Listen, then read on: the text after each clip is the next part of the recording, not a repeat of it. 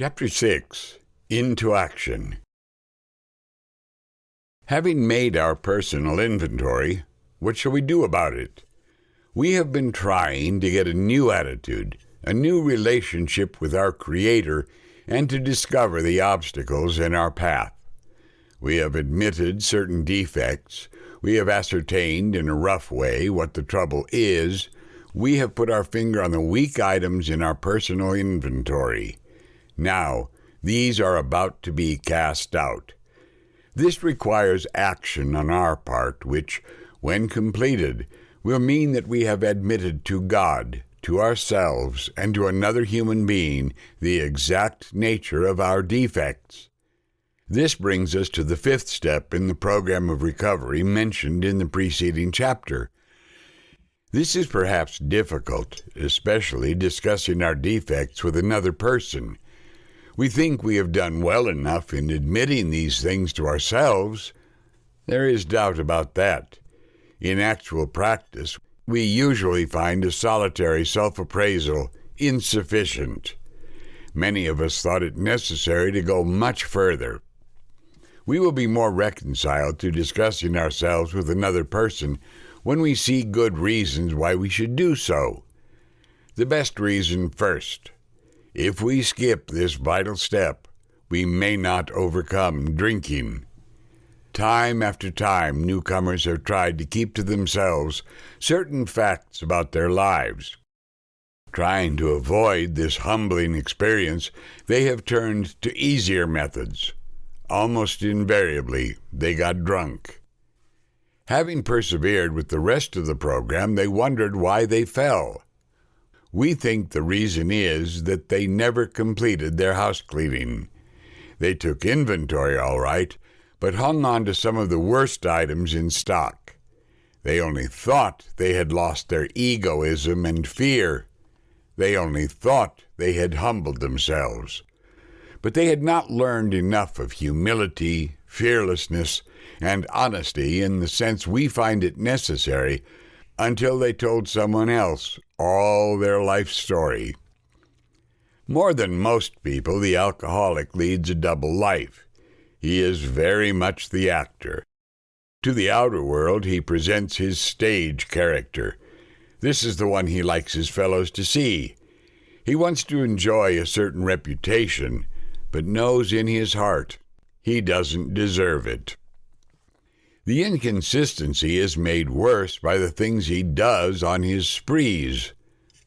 Coming to his senses, he is revolted at certain episodes he vaguely remembers. These memories are a nightmare. He trembles to think someone might have observed him. As fast as he can, he pushes these memories far inside himself. He hopes they will never see the light of day. He is under constant fear and tension. That makes for more drinking. Psychologists are inclined to agree with us. We have spent thousands of dollars for examinations. We know but few instances where we have given these doctors a fair break. We have seldom told them the whole truth, nor have we followed their advice. Unwilling to be honest with these sympathetic men, we were honest with no one else. Small wonder many in the medical profession have a low opinion of alcoholics and their chance for recovery. We must be entirely honest with somebody if we expect to live long or happily in this world. Rightly and naturally, we think well before we choose the person or persons with whom to take this intimate and confidential step. Those of us belonging to a religious denomination which requires confession must, and of course will, want to go to the properly appointed authority, whose duty it is to receive it. Though we have no religious connection, we may still do well to talk with someone ordained by an established religion. We often find such a person quick to see and understand our problem. Of course, we sometimes encounter people who do not understand alcoholics. If we cannot, or would rather not, do this, We search our acquaintance for a close-mouthed, understanding friend. Perhaps our doctor or psychologist will be the person. It may be one of our own family, but we cannot disclose anything to our wives or our parents which will hurt them and make them unhappy. We have no right to save our own skin at another person's expense. Such parts of our stories we tell to someone who will understand, yet be unaffected.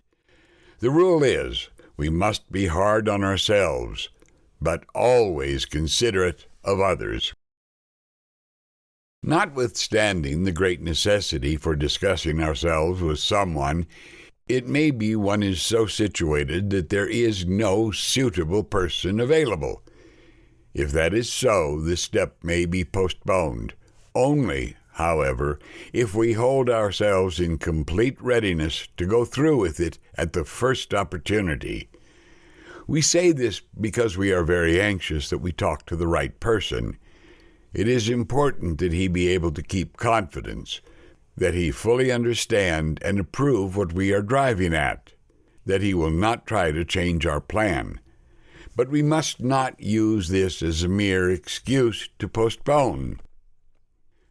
When we decide who is to hear our story, we waste no time. We have a written inventory, and we are prepared for a long talk. We explain to our partner what we are about to do and why we have to do it. He should realize that we are engaged upon a life and death errand. Most people approached in this way will be glad to help. They will be honored by our confidence. We pocket our pride and go to it, illuminating every twist of character, every dark cranny of the past. Once we have taken this step, withholding nothing, we are delighted. We can look the world in the eye. We can be alone at perfect peace and ease. Our fears fall from us. We begin to feel the nearness of our Creator. We may have had certain spiritual beliefs, but now we begin to have a spiritual experience. The feeling that the drink problem has disappeared will often come strongly. We feel we are on the broad highway, walking hand in hand with the Spirit of the universe. Returning home, we find a place where we can be quiet for an hour, carefully reviewing what we have done. We thank God from the bottom of our heart that we know Him better. Taking this book down from our shelf, we turn to the page which contains the 12 steps. Carefully reading the first 5 proposals, we ask if we have omitted anything, for we are building an arch through which we shall walk a free man at last. Is our work solid so far? Are the stones properly in place? Have we skimped on the cement put into the foundation? Have we tried to make mortar without sand? If we can answer to our satisfaction, we then look at step 6. We have emphasized willingness as being indispensable. Are we now ready to let God remove from us all the things which we have admitted are objectionable? Can He now take them all, every one? If we still cling to something we will not let go, we ask God to help us be willing. When ready, we say something like this: My Creator, I am now willing that you should have all of me, good and bad. I pray that you now remove from me every single defect of character which stands in the way of my usefulness to you and my fellows. Grant me strength as I go out from here to do your bidding. Amen. We have then completed step 7.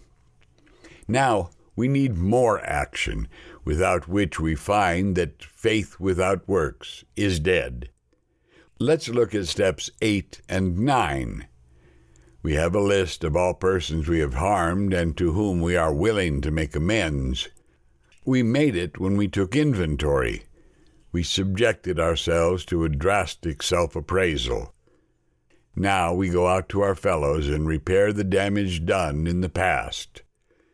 We attempt to sweep away the debris which has accumulated out of our effort to live on self-will and run the show ourselves.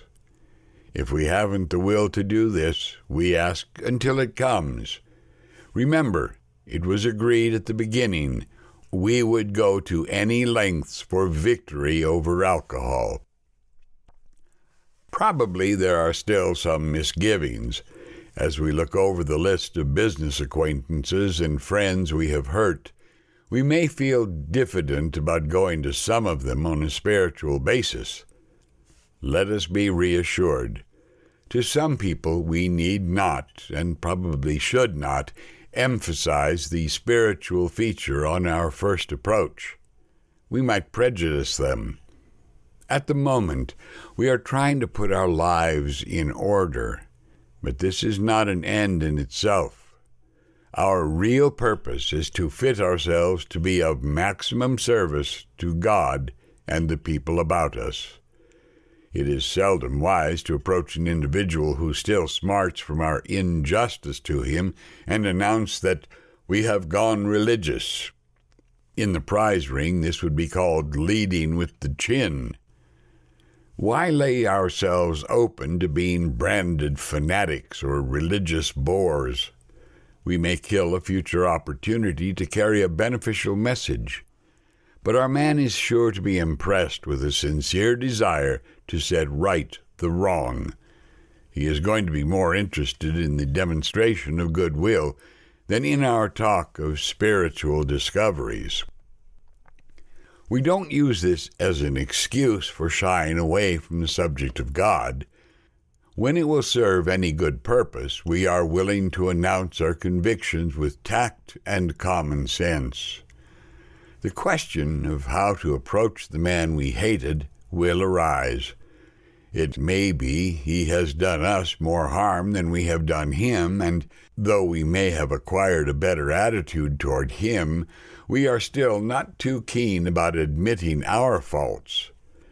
Nevertheless, with a person we dislike, we take the bit in our teeth. It is harder to go to an enemy than to a friend, but we find it more beneficial to us. We go to him in a helpful and forgiving spirit, confessing our former ill feeling and expressing our regret. Under no condition do we criticize such a person or argue. Simply, we tell him that we will never get over drinking until we have done our utmost to straighten out the past. We are there to sweep off our side of the street, realizing that nothing worthwhile can be accomplished until we do so, never trying to tell him what he should do. His faults are not discussed. We stick to our own. If our manner is calm, frank, and open, we will be gratified with the result. In 9 cases out of 10, the unexpected happens. Sometimes the man we are calling upon admits his own fault, so feuds of years' standing melt away in an hour. Rarely do we fail to make satisfactory progress. Our former enemies sometimes praise what we are doing and wish us well. Occasionally they will offer assistance. It should not matter, however, if someone does throw us out of his office. We have made our demonstration, done our part. It's water over the dam.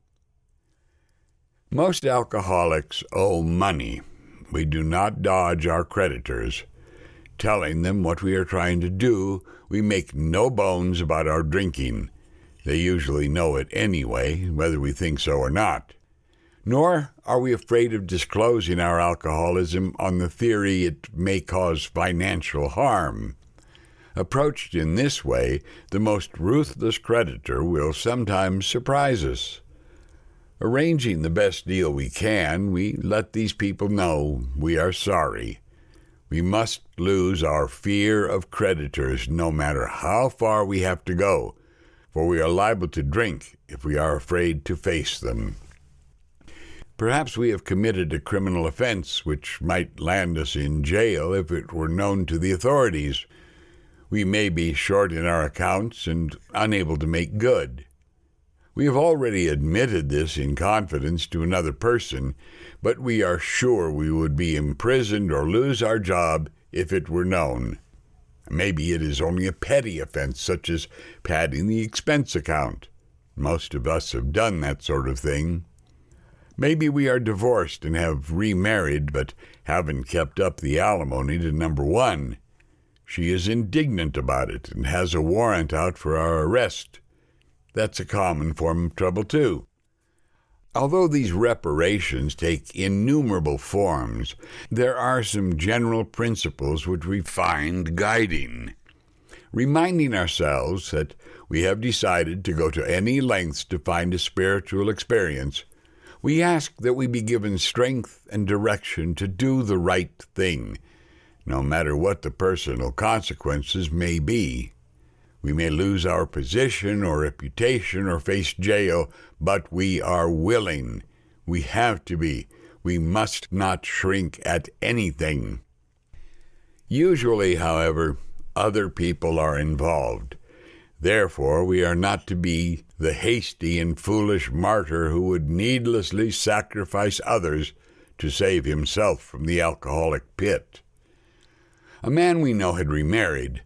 Because of resentment and drinking, he had not paid alimony to his first wife. She was furious. She went to court and got an order for his arrest. He had commenced our way of life, had secured a position, and was getting his head above water. It would have been impressive heroics if he had walked up to the judge and said, "Here I am."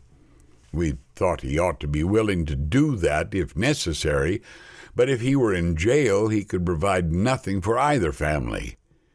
We suggested he write his first wife, admitting his faults and asking forgiveness. He did, and also sent a small amount of money. He told her what he would try to do in the future. He said he was perfectly willing to go to jail if she insisted. Of course, she did not, and the whole situation has long since been adjusted. Before taking drastic action which might implicate other people, we secure their consent. If we have obtained permission, have consulted with others, asked God to help, and the drastic step is indicated, we must not shrink. This brings to mind a story about one of our friends. While drinking, he accepted a sum of money from a bitterly hated business rival, giving him no receipt for it. He subsequently denied having received the money and used the incident as a basis for discrediting the man. He thus used his own wrongdoing as a means of destroying the reputation of another. In fact, his rival was ruined. He felt that he had done a wrong he could not possibly make right. If he opened that old affair, he was afraid it would destroy the reputation of his partner, disgrace his family, and take away his means of livelihood. What right had he to involve those dependent upon him? How could he possibly make a public statement exonerating his rival? After consulting with his wife and partner, he came to the conclusion that it was better to take those risks than to stand before his Creator guilty of such ruinous slander. He saw that he had to place the outcome in God's hands, or he would soon start drinking again, and all would be lost anyhow. He attended church for the first time in many years. After the sermon, he quietly got up and made an explanation. His action met widespread approval, and today he is one of the most trusted citizens of his town. This all happened years ago. The chances are that we have domestic troubles. Perhaps we are mixed up with women in a fashion we wouldn't care to have advertised. We doubt if in this respect alcoholics are fundamentally much worse than other people, but drinking does complicate sex relations in the home. After a few years with an alcoholic, a wife gets worn out, resentful, and uncommunicative. How could she be anything else? The husband begins to feel lonely, sorry for himself. He commences to look around in the nightclubs or their equivalent for something besides liquor. Perhaps he is having a secret and exciting affair with the girl who understands. In fairness, we must say that she may understand, but what are we going to do about a little thing like that? A man so involved often feels very remorseful at times, especially if he is married to a loyal and courageous girl who has literally gone through hell for him. Whatever the situation, we usually have to do something about it. If we are sure our wife does not know, should we tell her? Not always, we think. If she knows in a general way that we have been wild, should we tell her in detail? Undoubtedly, we should admit our fault. She may insist on knowing all the particulars. She will want to know who the woman is and where she is. We feel we ought to say to her that we have no right to involve another person. We are sorry for what we have done, and, God willing, it shall not be repeated. More than that we cannot do. We have no right to go further. Though there may be justifiable exceptions, and though we wish to lay down no rule of any sort, we have often found this the best course to take. Our design for living is not a one-way street. It is as good for the wife as for the husband. If we can forget, so can she. It is better, however, that one does not needlessly name a person upon whom she can vent jealousy. Perhaps there are some cases where the utmost frankness is demanded. No outsider can appraise such an intimate situation. It may be that both will decide that the way of good sense and loving kindness is to let bygones be bygones. Each might pray about it, having the other one's happiness uppermost in mind. Keep it always in sight that we are dealing with that most horrible human emotion, jealousy. Good generalship may decide that the problem be attacked on the flank rather than risk a face-to-face combat. If we have no such complication, there is plenty we should do at home. Sometimes we hear an alcoholic say that the only thing he needs to do is to keep sober. Certainly he must keep sober, for there will be no home if he doesn't. But he is yet a long way from making good to the wife or parents whom for years he has so shockingly treated. Passing all understanding is the patience mothers and wives have had with alcoholics. Had this not been so, many of us would have no homes today, would perhaps be dead. The alcoholic is like a tornado roaring his way through the lives of others. Hearts are broken, sweet relationships are dead, affections have been uprooted, selfish and inconsiderate habits have kept the home in turmoil. We feel a man is unthinking when he says that sobriety is enough. He is like the farmer who came out of his cyclone cellar to find his home ruined. To his wife he remarked, "Don't see anything the matter here, Ma. Ain't it grand the wind stopped blowing?" Yes, there is a long period of reconstruction ahead. We must take the lead. A remorseful mumbling that we are sorry won't fill the bill at all. We ought to sit down with the family and frankly analyze the past as we now see it, being very careful not to criticize them. Their defects may be glaring, but the chances are our own actions are partly responsible. So we clean house with our family, asking each morning in meditation that our Creator show us the way of patience, tolerance, kindness, and love. The spiritual life is not a theory. We have to live it. Unless one's family expresses a desire to live upon spiritual principles, we think we ought not to urge them. We should not talk incessantly to them about spiritual matters. They will change in time. Our behavior will convince them more than our words. We must remember that 10 or 20 years of drunkenness would make a skeptic out of anyone. There may be some wrongs we can never fully right. We don't worry about them if we can honestly say to ourselves that we would right them if we could. Some people cannot be seen. We send them an honest letter. And there may be a valid reason for postponement in some cases. But we don't delay if it can be avoided. We should be sensible, tactful, considerate, and humble, without being servile or scraping. As God's people, we stand on our feet. We don't crawl before anyone. If we are painstaking about this phase of our development, we will be amazed before we are halfway through. We are going to know a new freedom and a new happiness. We will not regret the past, nor wish to shut the door on it. We will comprehend the word serenity, and we will know peace. No matter how far down the scale we have gone, we will see how our experiences can benefit others. That feeling of uselessness and self-pity will disappear. We will lose interest in selfish things and gain interest in our fellows. Self-seeking will slip away. Our whole attitude and outlook upon life will change. Fear of people and of economic insecurity will leave us.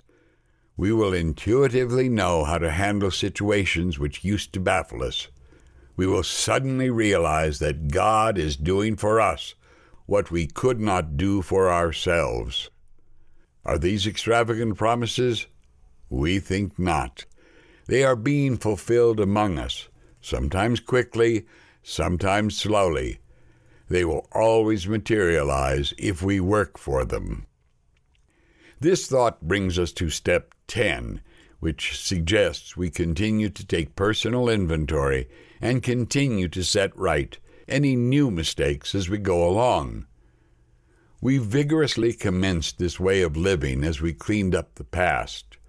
We have entered the world of the Spirit. Our next function is to grow in understanding and effectiveness. This is not an overnight matter. It should continue for our lifetime. Continue to watch for selfishness, dishonesty, resentment, and fear. When these crop up, we ask God at once to remove them. We discuss them with someone immediately and make amends quickly if we have harmed anyone. Then we resolutely turn our thoughts to someone we can help. Love and tolerance of others is our code. And we have ceased fighting anything or anyone, even alcohol. For by this time sanity will have returned. We will seldom be interested in liquor. If tempted, we recoil from it as from a hot flame. We react sanely and normally, and we will find that this has happened automatically. We will see that our new attitude toward liquor has been given us without any thought or effort on our part. It just comes. That is the miracle of it. We are not fighting it, neither are we avoiding temptation. We feel as though we had been placed in a position of neutrality, safe and protected. We have not even sworn off. Instead, the problem has been removed. It does not exist for us. We are neither cocky nor are we afraid. That is how we react, so long as we keep in fit spiritual condition. It is easy to let up on the spiritual program of action and rest on our laurels. We are headed for trouble if we do, for alcohol is a subtle foe. We are not cured of alcoholism. What we really have is a daily reprieve contingent on the maintenance of our spiritual condition. Every day is a day when we must carry the vision of God's will into all of our activities. How can I best serve Thee? Thy will, not mine, be done. These are thoughts which must go with us constantly. We can exercise our willpower along this line all we wish. It is the proper use of the will. Much has already been said about receiving strength, inspiration, and direction from Him who has all knowledge and power. If we have carefully followed directions, we have begun to sense the flow of His Spirit into us.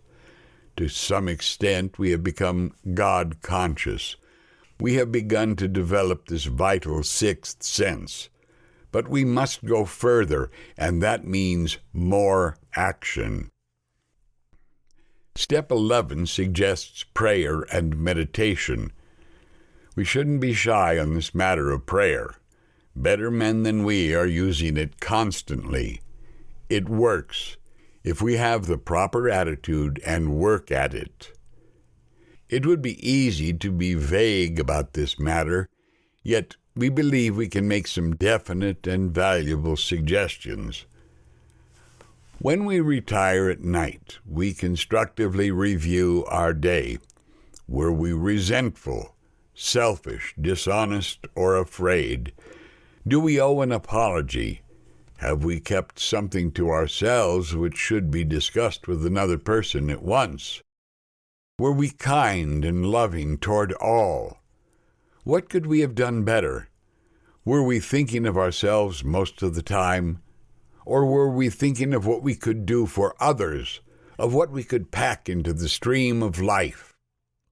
But we must be careful not to drift into worry, remorse, or morbid reflection, for that would diminish our usefulness to others. After making our review, we ask God's forgiveness and inquire what corrective measures should be taken.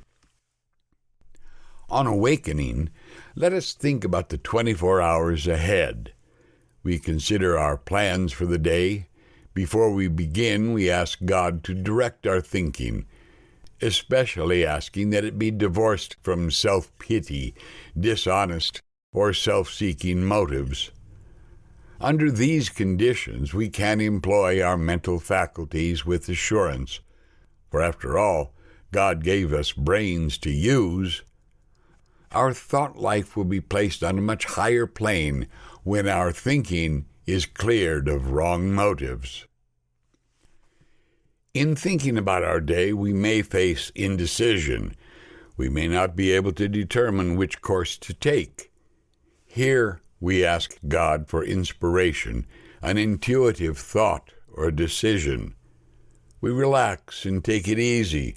We don't struggle. We are often surprised how the right answers come after we have tried this for a while. What used to be the hunch or the occasional inspiration gradually becomes a working part of the mind.